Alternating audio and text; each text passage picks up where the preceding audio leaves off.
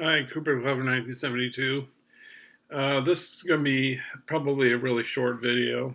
Um, I just received these. I bought these Criterions recently. There was a flash sale by the Criterion website itself, and I wanted to get a few movies, so I bought them. Anyways, first one I bought, or one of them is Fox and His Friends by Werner Fassbinder. A lottery win leads not to financial and emotional freedom, but to social captivity. And this wildly cynical classic about love and exploitation by Werner Fassbinder, casting himself against type. The director plays a suggestible working-class innocent who lets himself be taken advantage of by his bourgeois new boyfriend and his circle of materialistic friends, leading to the kind of resonant misery that only Fassbinder could create. Fox and His Friends is unsparing social commentary, an amusingly pitiless and groundbreaking, if controversial, depiction of a gay community in 1970s West Germany. New interview with actor Harry Barr, new interview with filmmaker Iris Sachs, who directed this movie called Little Men, which was okay movie. Excerpt from a 1975 interview with director Werner Fassbinder, excerpts from a 1981 interview with composer Pierre Rabin, and a trailer, and an essay by film critic Michael Koreski.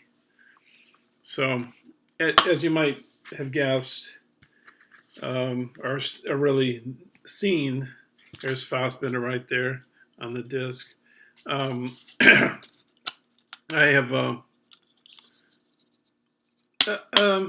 collection of Fassbinder's movies. I have World on the Wire, Bitter Tears of Petra von Kant.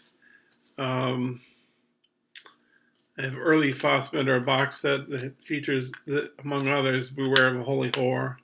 And I love all those movies. And I also have the box set Berlin Alexander Plots. So, I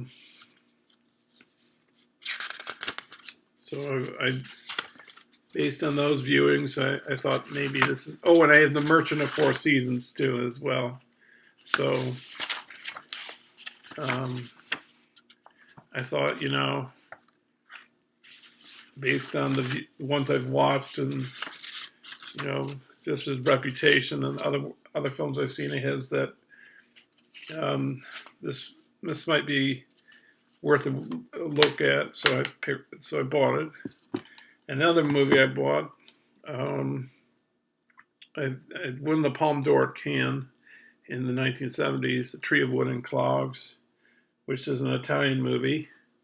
A sensual immersion in late 19th century Italian peasant life, Armando Olmi's The Tree of Wood and Clogs focuses on four families working for one landowner on an estate in the province of Bergamo.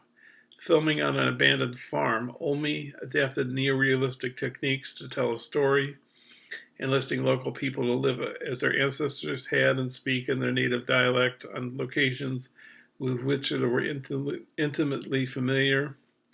Through the cycle of seasons of backbreaking labor, love and marriage, birth and death, faith and superstition, Olmi lovingly evokes an existence very close to nature, celebrating its beauty, humor, and simplicity, but also acknowledging the feudal cruelty that governs it.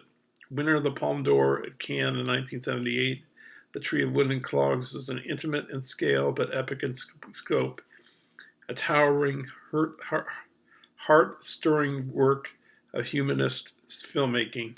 And let's see, what else?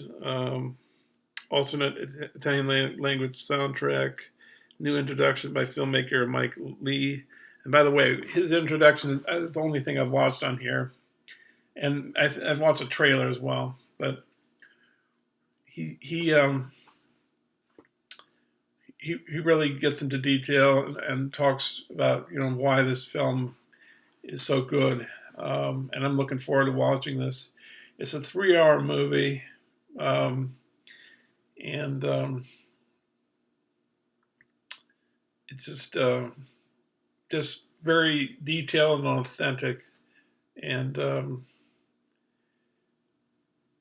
it works well, even though Olmi is not. He doesn't have professional actors. And the use of the seasons. That's what Mac Lee is saying. Like the way things are shot, and it's just really beautifully done. So I'm looking forward to this. I don't know if I explained that well enough. I think I sort of fell off there a bit, but Armando Olmi, The Roots of the Tree, an hour-long 1981 episode of the South Bank Show featuring an interview with Olmi on the film and a visit to the farm where it was shot. New program featuring cast and crew discussing the film at the Cinema Retrivato Film Festival in Bologna, Italy in 2016. Interviews with Olmi from 1978 and 2008. Trailer and an essay by critic Deborah Young. So this looks really, really interesting.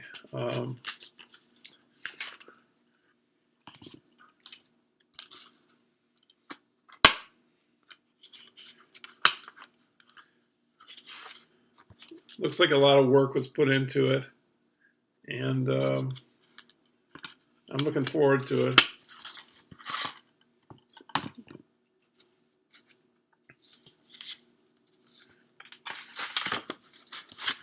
So I'll have to carve out some time and take a look at this.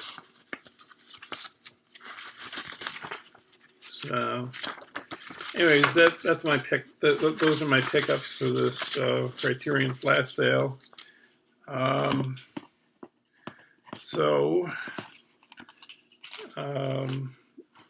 When the Barnes and Noble sale comes, I'm thinking of buying Blow Up.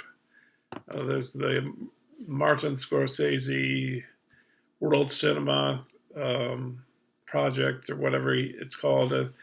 It's his second box set of that. That's coming out, I think, in May, maybe.